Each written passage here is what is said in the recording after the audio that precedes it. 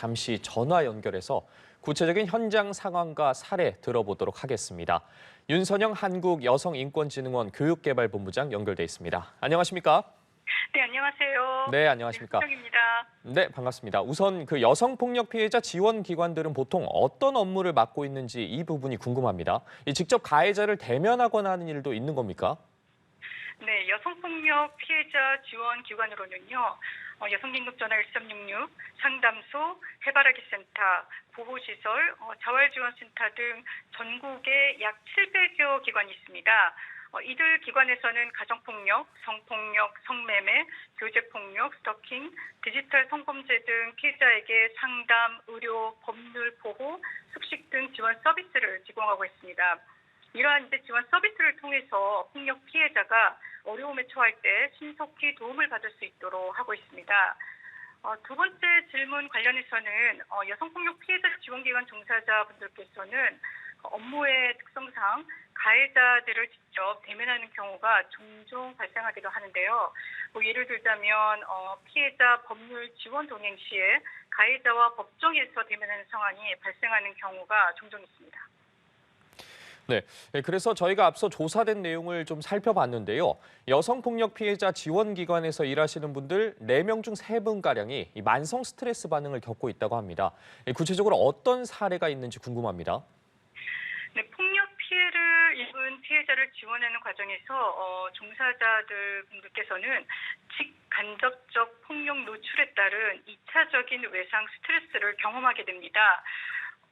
예를 들자면은 여성폭력 피해자 종사자분들은 피해자에 대한 공감을 기반으로 한 지원의 과정에서 피해자의 외상 경험에 간접적으로 노출되기도 하고요. 또 이용자의 공격적인 행동, 가해자로부터의 위협 등 직접적인 폭력을 경험하기도 합니다. 저희 연구에서 신층 면접에 참여한 보호시설 종사자들께서 말씀하신 내용을 말씀을 드리자면 보호시설 이용자들의 어떤 요구를 들어주지 않거나 혹은 이용자들과 종사자들 간의 약속이나 규칙을 잘 지키지 않아서 어떤 행동에 대한 지지를 했을 때 그런 폭설과 또 욕설을 하시는 경우가 있어서 그런 어떠한 언어적 폭력이 굉장한 소진을 초래했다고 말씀하신 분들도 계셨고요. 그리고 또 가해자로부터 내담자를 보호해야 하는 의무를 가지고 있으나 어떤 돌발 상황을 예측할 수 없는 것에서 오는 불안감도 늘 있다고 그렇게 말씀하신 분들도 많이 계셨습니다. 네, 말씀하신 것처럼 이 종사자의 인권 문제도 크고요. 또 이렇게 관련 기관 종사자의 업무 스트레스가 피해 당사자들에게 영향을 미치지 않겠습니까? 그렇다면 상당히 대책이 필요해 보이는데 이 부분은 어떻습니까? 네, 여성폭력 피해자 지원기관 종사자의 어떤 소진 예방이라든지 회복을 위해서는 먼저 종사자 스스로 자신의 소진 정도를 좀 점검을 하고 또 정기적이고 지속성 있는 심리 상담 지원을 받는 것이 매우 중요하다고 생각을 합니다. 구체적인 방안으로는 자가 검진 프로세스가 구축이 돼서 본인이 스스로 좀 소진 정도를 점검할 수 있는 그러한 어떠한 체계가 마련이 되고 그리고 지속성 있는 전문가 상담이라든지 또 지지적 동료 상담인 슈퍼비전 지원 그리고 힐링 프로그램에 대한 지원 확대 등이 필요하다고 봅니다.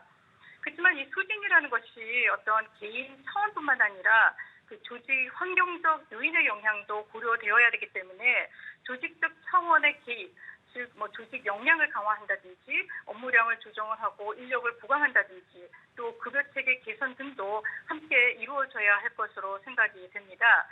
저희 한국여성인권진흥원에서 또 2022년 작년부터는 전국 여성폭력 피해자 지원 기관 및 종사자로 대상을 확대해서 맞춤형 소진 방지 프로그램도 기획해서 제공을 하고 있습니다. 그래서 이번 종사자 소진 현황과 주요 원인 분석 파악을 위해서 진행된 연구 결과를 바탕으로 해서 저희 진흥원에서도 종사자들의 소진 예방에 더욱 노력할 그런 계획을 갖고 있습니다. 네, 말씀 여기까지 듣겠습니다. 지금까지 윤선영 한국여성인권진흥원 교육개발본부장과 전화로 이야기 나눠봤습니다. 오늘 말씀 고맙습니다. 네, 감사합니다. 네.